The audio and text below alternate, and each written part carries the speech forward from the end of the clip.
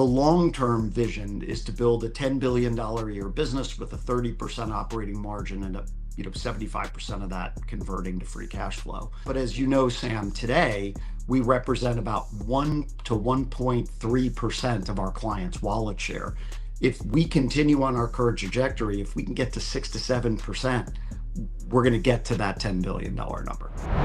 Welcome everyone to an exclusive interview with the founder and CEO of ZETA, David A. Steinberg. I'm here. I'm your host, Sam Badawi, and we are going to get right started. David, how are you today? Sam, I'm great. How are you today?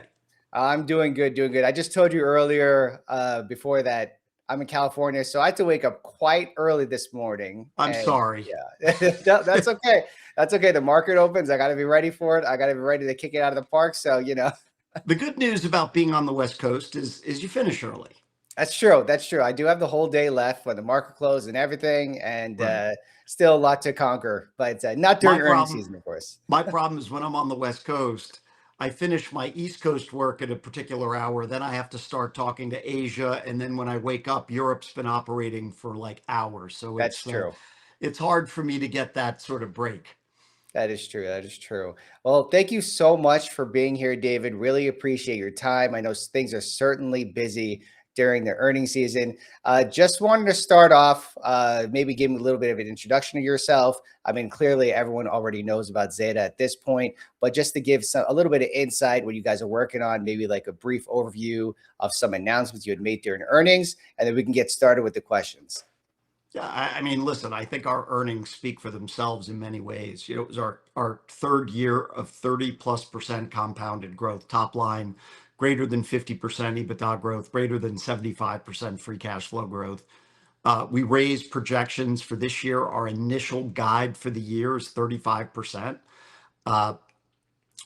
Which is pretty good considering we've been public for 18 quarters, and 18 quarters in a row we've beat our guidance and raised guidance.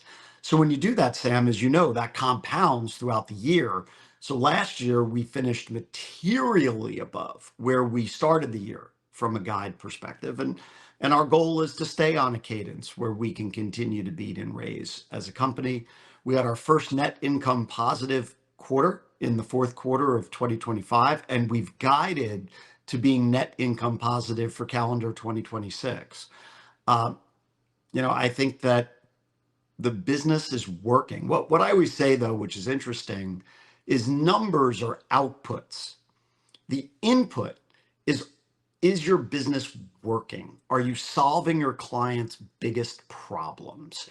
And when you look at our business, you can really boil it down to today. For every dollar a client spends on the ZETA marketing platform, we return an average of 600 to 700%. And we're just seeing sort of the floodgates open with clients moving larger and larger percentage of their marketing budget to ZETA. I really think that's a trend that's going to continue. Our goal with Athena, which we announced at ZETA Live, and really sort of announced a major partnership with OpenAI and Athena at the Consumer Electronics Show. I think Athena is going to be the next step function in our business. You're going to see Athena, I hope, our real goal, and we're seeing preliminary results that reflect this, is going to help us get the return on investment up even higher. Our goal is to get to an order of magnitude return on investment, 1,000%. And I believe when we can do that, that's how we're going to build, the long-term vision is to build a $10 billion a year business with a 30% operating margin and 75% of that converting to free cash flow. We're not going to do that in a few years. That'll take us time. But as you know, Sam, today we represent about 1 to 1.3% of our clients' wallet share. If we continue on our current trajectory, if we can get to 6 to 7%, we're going to get to that $10 billion number. Yeah, and there's definitely a lot of runway as far as more Fortune 500, especially Fortune 100 companies that you guys can enroll. And I especially do like the fact that you guys are really enrolling a lot of the enterprise and focusing a lot more on that with the bigger contracts, bigger ACV. And maybe not, maybe still focusing on it too, but like most of the focus is really on the enterprise to just get those longer and Yeah, larger. that's all. I mean, that's all we're focused on right now. I mean, Correct. Yeah. I wouldn't limit us to the Fortune 500. I think the Fortune 2000 Mhm. is sort of how we think about it. But we're really at this point, I would say, investing the vast majority of our business development, corporate development, sales on companies that spend at least $100 million a year on marketing. And there's a lot of companies who do. It's not just the Fortune 500. Now, the good news is we're at only 24% of the Fortune 100. I'm sorry, Fortune 500. We're at 51% of the Fortune 100. But we also have very small wallet share with these organizations and a lot of room to ramp. Awesome. Awesome. I wanted to go into the first question since we were already talking about advertising platforms and able to ramp up. But as we were discussing, many ad tech platforms use AI to optimize bidding, specifically TTD or the Trade Desk or App 11. But then there's a lot more associated with that that a lot of people probably are aware of with targeting, creating delivery. And one of the things that's been pretty popular for the last few decades, and it's starting to make its transitions, which you guys talking about a lot, used to be search engine optimization for Google search and all that. And now it's mostly, or it should be focused on generative engine optimization. And that's something that's very interesting because I don't think I've ever heard a company really mention it as much as ZETA. And that's really good because that, I believe, is going to be the future, considering how many times people query chatbots and everything to find out answers, do research, whatever it is, especially companies when they integrate it into their own workflow. But should advertisers view GEO as a way to rebalance spend away from existing AI driven ad tech channels? No, listen, I think it's going to start with a reallocation of search engine optimization expense, which, anybody who doesn't understand that billions and billions of dollars are spent annually on search engine optimization. It doesn't just happen. Companies don't just show up in those results. So I think you're going to see a shifting of that from SEO to GEO. And I think GEO is going to be an important component of a marketer's value chain as it relates to their brand and how they build it. And then that will create a halo effect that I believe will allow for a higher conversion rate of traffic to sales across the internet and connected TV. Awesome. Yeah. And the thing is that I still remember how important it was to have advertising on linear TV. And now that everything's switched to streaming, and now you have YouTube, and then obviously now you have generative AI with chatbot queries and everything, how important, how quickly everything is transitioning. And I do appreciate the fact that, Zeta is already accommodating for that. They're already ready for it, and you're already building ahead of that, which puts you already ahead of the curve. So I really do, round of applause for that effort and seeing that vision very much early before now it's apparent that this is the direction we have to go in. I mean, I think people, first of all, thank you, Sam. That's really nice of you to say. What I would say though is I think people forget that we started programming in artificial intelligence in 2017. Like we've been where the puck is going. I'll use a hockey, analogy after both the men's and women's teams from the U.S. won the gold. But we've been seeing where the puck is going for quite some time now, and I don't want to sound presumptuous because you've always got to continue that. You've always got to focus on it. But when you think of our business today, you've got this massive data cloud, which is a massive moat around our business. You've got 552 million active opted-in people. We've got trillions of signals and data points on people at this point that is solely training our algorithms. We never share that data back to any large language model, which gives us a massive moat and competitive advantage in a AI-driven world. But when you use that data around GEO, it makes it even more valuable because we're able to plug into the APIs of these very large language models, and we're able to match not just to what somebody's querying, but we're able to put their demographic and psychographic and transactional information into a GEO strategy that I don't think anybody else focusing on that will be able to do.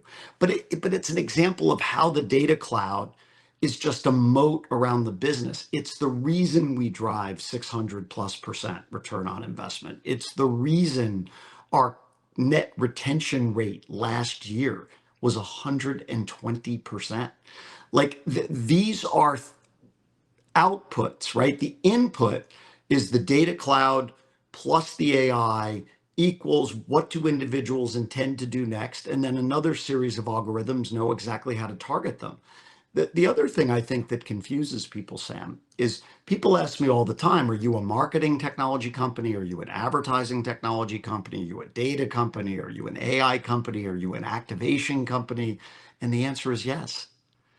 So what's happened is our entire vision when we founded the company was to build everything that a marketer needed, everything: customer acquisition, customer retention, customer monetization, in one user interface with one setup tool and one reporting infrastructure that could be sort of the reporting infrastructure of truth across the entire journey of a consumer. And literally, what has made us so successful as a business, I think sometimes creates confusion with Wall Street, right? They just can't put us in a box because, in our CRM business, we compete with companies like Salesforce and Adobe and Oracle. In our activation business, we compete head to head with the Trade Desk and others. And in our data business, it's totally differentiated because you've built one of the world's most valuable data repositories, but we never sell the data to anybody at any price. We use the data as the electricity to fuel our software platform. And we started doing that in 2017, and people were like, what are you doing? We're like, well, we're using this to exclusively train our own algorithms. And they were like, what? I was like, we think this is where the market's going. So, it turns out that the bets we made in 2017, and quite frankly, the bets we made during COVID, those were sort of, we had two big crisis points from 2017 to today. One was we woke up in 2017 and we had sort of rolled up a bunch of email service provisioning businesses, and it just wasn't working. It wasn't where the market was going. And we made the decision to architect an entirely new platform and put data and artificial intelligence as foundational to the application layer. And then when we went into COVID, we went into hardcore crisis mode. We completely re-architected our business. We came out of COVID. Not only did we grow in that calendar year, we've grown on a compounded growth rate of 30+% since then. And we've also, by the way, as you've acknowledged, given 30+% initial guide for this year. So, this could be our fourth year of compounded 30% organic growth. And I think that we're in a really unique position because we're solving marketers' biggest needs, and you're sitting in a market that has a total addressable value of $1 trillion a year. Yeah, that's amazing. I think that's very unique to have a company that's re-accelerating revenue, especially at this stage of ad tech growth. Usually there's like that balance where We don't go by ad tech, we go by marketing tech, just so we're on the same page. Oh, okay. In fact, a greater percentage of our revenue is around marketing technology than advertising technology, is just to put it out there. We do both. I mean, we have both in the stack, but we tend to over-index on marketing technology because almost 60% of our revenue sits inside of that bucket. Okay, cool. I wanted to ask you, because you did mention the guidance earlier. So you've raised 2026 guidance, and as you mentioned earlier, it excludes growth specifically to Athena, since right now that's a free product. How much of that? It's not even a free product. It's not out yet. So we haven't. It's in beta. We have a number of clients using it. The results have been incredible. We will move to generally available by the end of this quarter. We're on track for that.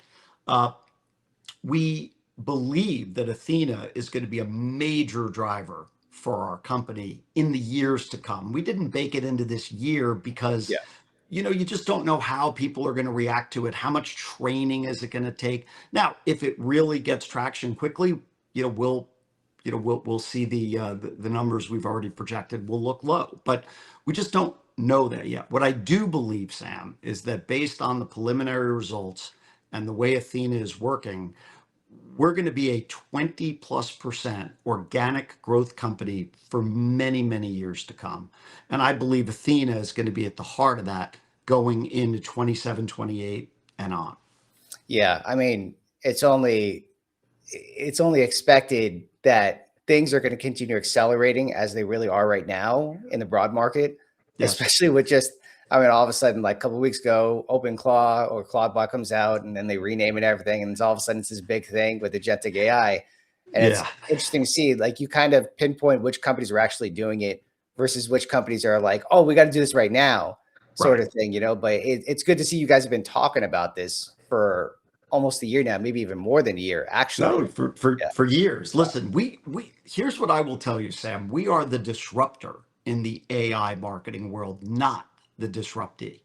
And I equate it to, like, remember, I joke, I'm 56 now, so I've been around the block for quite some time. I remember when the internet came out and that was going to destroy all software companies. Yeah. I remember when cloud computing came out, that was going to destroy all software companies. And in every case, technology companies that have embraced the new technology and adapted it into their business model, it's been a renaissance for companies, and it's going to be a renaissance for Zeta. We announced the OpenAI partnership. We put that as foundational to Athena. We're incredibly excited about it. We're working on a bunch of other stuff with OpenAI right now, which is also very exciting. But what I would tell you is we use Claude every moment of every day.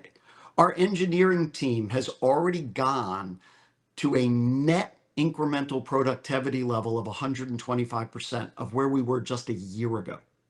The reason I say net, and it's not something people think about, is you could say we got 150% productivity gains, which we did, but they've got to spend about 25% of that time on QA and making sure everything's clean. We're an enterprise software company. You can't just spew this stuff out. Yeah, no, of course. So, but we're already at a net of Q&A at 125, and that's going to continue to go up.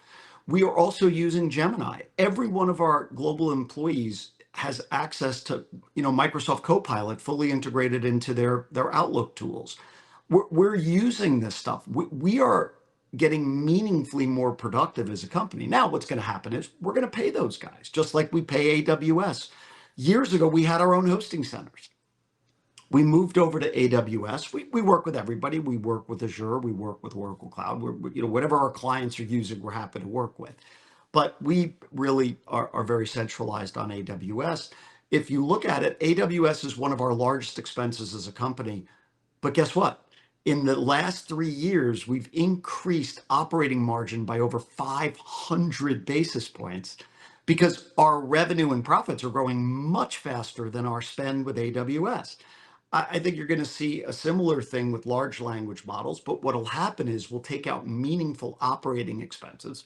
You won't need as many people. Your engineers will be far more productive, and we'll continue to grow the business really quickly because of Athena.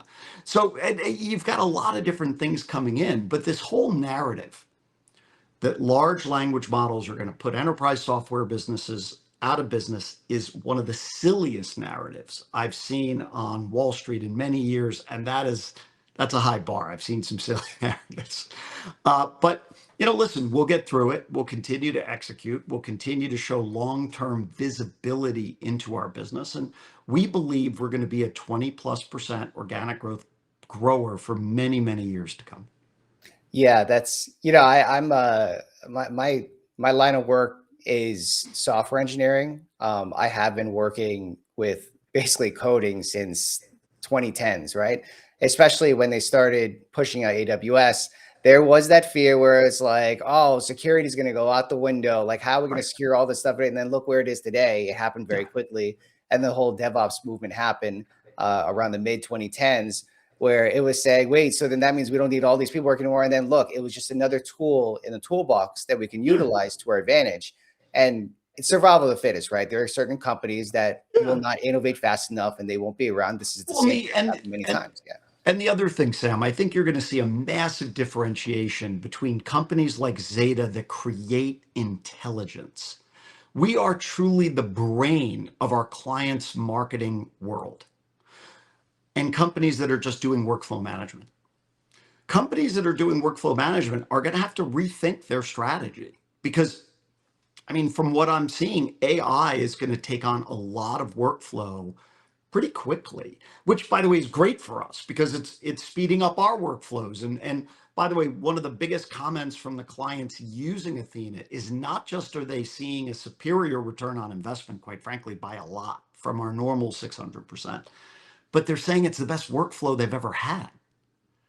So, when you think of the Zeta marketing platform, it's like we've built a 747 and our clients know how to fly a Cessna. Athena is going to be either your co-pilot or your autopilot, depending on what setting you choose to put it on. I think most people will start as co-pilot. Like, Athena, how do I increase my sales by 10% this quarter, but lower my cost to create a customer by an average of 5%? And not only will Athena tell you how to do it, it'll change the user interface for the platform in front of you to show you the answer. And then you can say, okay, Athena, great. I'd like to activate to that. What do you think is the best methodology? And Athena might say, well, I think a social plus connected TV is the right way to test this out. And you might say, great, launch that program, but I'm going to be out of the office today. Could you send me a report every hour based on the return on investment analysis to make sure we're keeping an eye on this while we get things ramping? Okay. All of that is already in Athena. Yeah, that is the step from a chatbot into real agentic AI. Yeah, And that it's is, a yes, yeah, conversational super yeah. agent is what I call it. I mean, I know that sounds like it's a Bond villain, but the reality is it's really cool. And if you haven't seen the Athena demo, which we have on the Zeta Global site, I strongly suggest to your audience you check it out because Yeah, I'll throw the link in there in the description it's so people really can check cool. it out. That's really awesome. So I wanted to get to this question only because I know you have a lot of things to do today. We're heading to the top of the hour here, but um, I've read that you are a father of five, and Yes. I have two kids of my own, and I'm already running around my head, but I am certainly no CEO of a multi-billion-dollar company that's traded in the public stock market, right? How do you find the balance between all of this traveling the world, being on TV, while also, of course, being present in your kid's life, while also enjoying tennis life, which I've read is a major hobby of yourself? Yeah, I have. So let me hit the last part earlier because that's easy. I played tennis at college, and I've played my whole life. I try to play twice a week.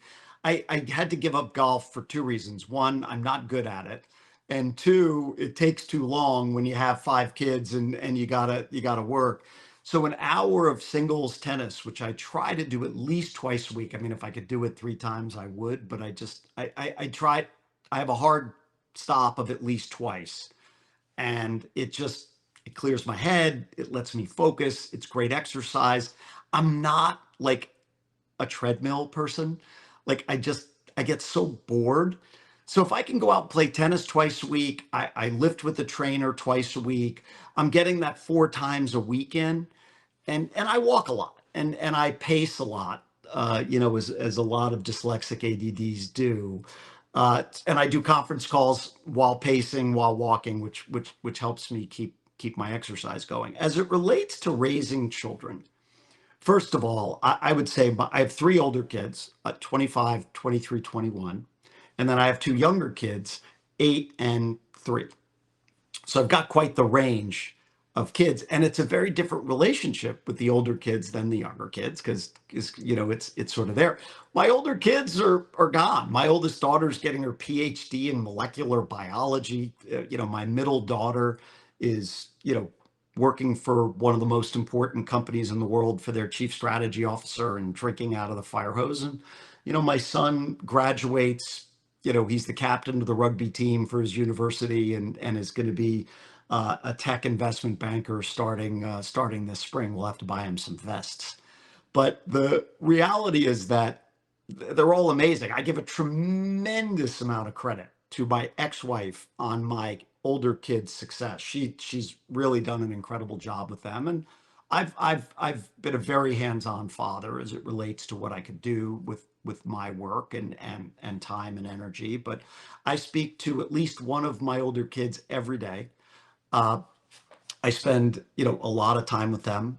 I'm super excited that all three of them are going to be in the same place in the Northeast starting in the spring, where I'm a lot, which is great, and get to spend time with them. And then, my 8-year-old and my 3-year-old are just a joy.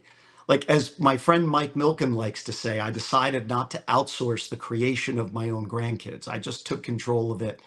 And my wife is just the best mother. She's so loving and she's so nurturing, and she's just it's been great for me to have these incredible women in my life who have been the cornerstone of raising my children, to be honest.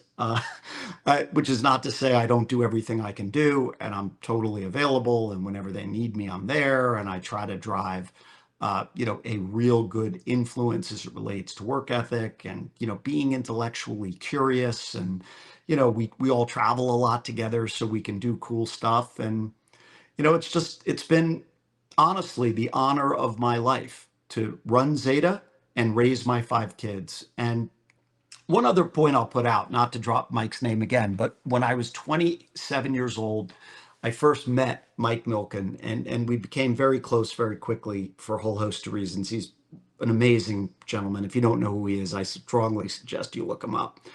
But we were in a car. It was sort of late at night, and he looked at me and he said, "David, I'm going to give you the best advice I'm ever going to give you." And it's true. It's the best advice he's ever given me. Anything, anything that does not create time for you to do your work or spend time with your family, outsource it. Whatever it is, whether it's driving, whether it's managing portfolios for the family office, whether it's, as simple as cooking and cleaning, whatever it is. And I know that's hard because, not everybody can afford to do all of that. But what I'm telling you is at the time, I couldn't afford to do all of it. But every time I could afford it, I outsourced another thing. And I would tell you that today, on an average week, I spend almost all of my time either with my family or on my family or on my work. And that's it. I don't let anything else sort of get into my world. Now, I exercise because I think that's important. I don't want to drop dead. Then you certainly can't spend time with your family. But, to me, that's the way to do it, Sam. Really, really good advice, David. I'm gonna have to after I finish this, I'm gonna have to rewatch that clip again. I was like, man, that's really good father advice because my kids are certainly they're pretty young, so Well, how I have old a are long they? way to go. My daughter is turning 7 actually in a couple weeks, and my son is 4. So I So know we you have get your we have kids almost the same age, yeah, yeah. which is I great. don't have the 3 older ones though, so I don't, Well, but I will tell you, when they get to be my older kids' age, they become more like your good friends. It's really yeah, cool. yeah. And I can't say they like me all of the time, but I strive for that. I think my 2 daughters sometimes get frustrated with me, but we get along really well, and I really love them, and I really like them. And my son and I are just we're particularly close. I mean, I'm particularly close to all three of them. I don't mean to discount the daughters, but I have 4 daughters and one son, so it's sort of he and I end up doing sort of guy stuff together, whereas I Yeah, do yeah. different things with my daughters. Another really good piece of advice, and I'll finish on this.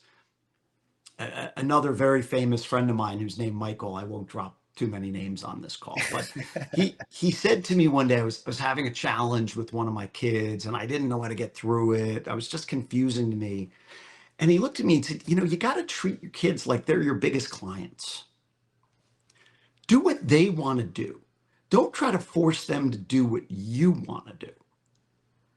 And for my teenage kids, you're not there yet. Your kids will do whatever you sort of tell them to at this point. That's going to change very soon. I promise you that, Sam. But once they get to their teens, you know, I was trying to do all the stuff I enjoy doing with my older daughters, and they were just not into it at that point. Now, the interesting thing is now they are in many ways, but I pivoted my behavior to become fully engaged in what they wanted to do. And it just totally changed our relationship. That's amazing. That's amazing. I could probably talk about this for hours because there's business and then there's fatherhood, and fatherhood is like a ridiculous variable that you can never calculate through no matter Yeah. what LLM you use to ask or read whatever book you read. It's No, that's always for going to sure. be, yeah, it's always unique. But Well, yeah, but what I'll also say is that, it's when you found a business, you founded your business, I founded my business. It's also your child. And, I don't know if it's popular to say that I think of it that way or not, but really I care about Zeta. I in many ways love Zeta. And to me, winning is the most fun. It just, you know, the team, we're in the trenches together, we're working, we're sort of really focused on the future of technology. And, when you think about our business, Sam, we really think about it as a business intelligence business that's focused on marketing because it's $1 trillion TAM, right? So we're very embedded there. But I think that Zeta is in the right place with the right people, with the right technology at the right time to build the defining and most disruptive technology company in marketing over the next 10 years. that's great. That's great. And we will certainly witness it. That's for sure. I want to be respectful of your time, but I would love to do this again in the future. I thank you and your team for taking some time this morning or morning my time to come on here It's and still share this morning with the my audience. time. Yeah. It's Oh, all okay. we're still I'm on the East Coast. I'm That's not true. in Europe. If I That's was true. in That's true. Europe, then it would be Yeah. afternoon. Okay. It's just super early your time. Yeah, no, it is pretty early. But once again, David, thank you so much for being on here. Really appreciate you. And talk to you guys soon. The recording obviously will be available anytime you guys want to watch. And take care, everyone. Thank you. Thank you, Sam.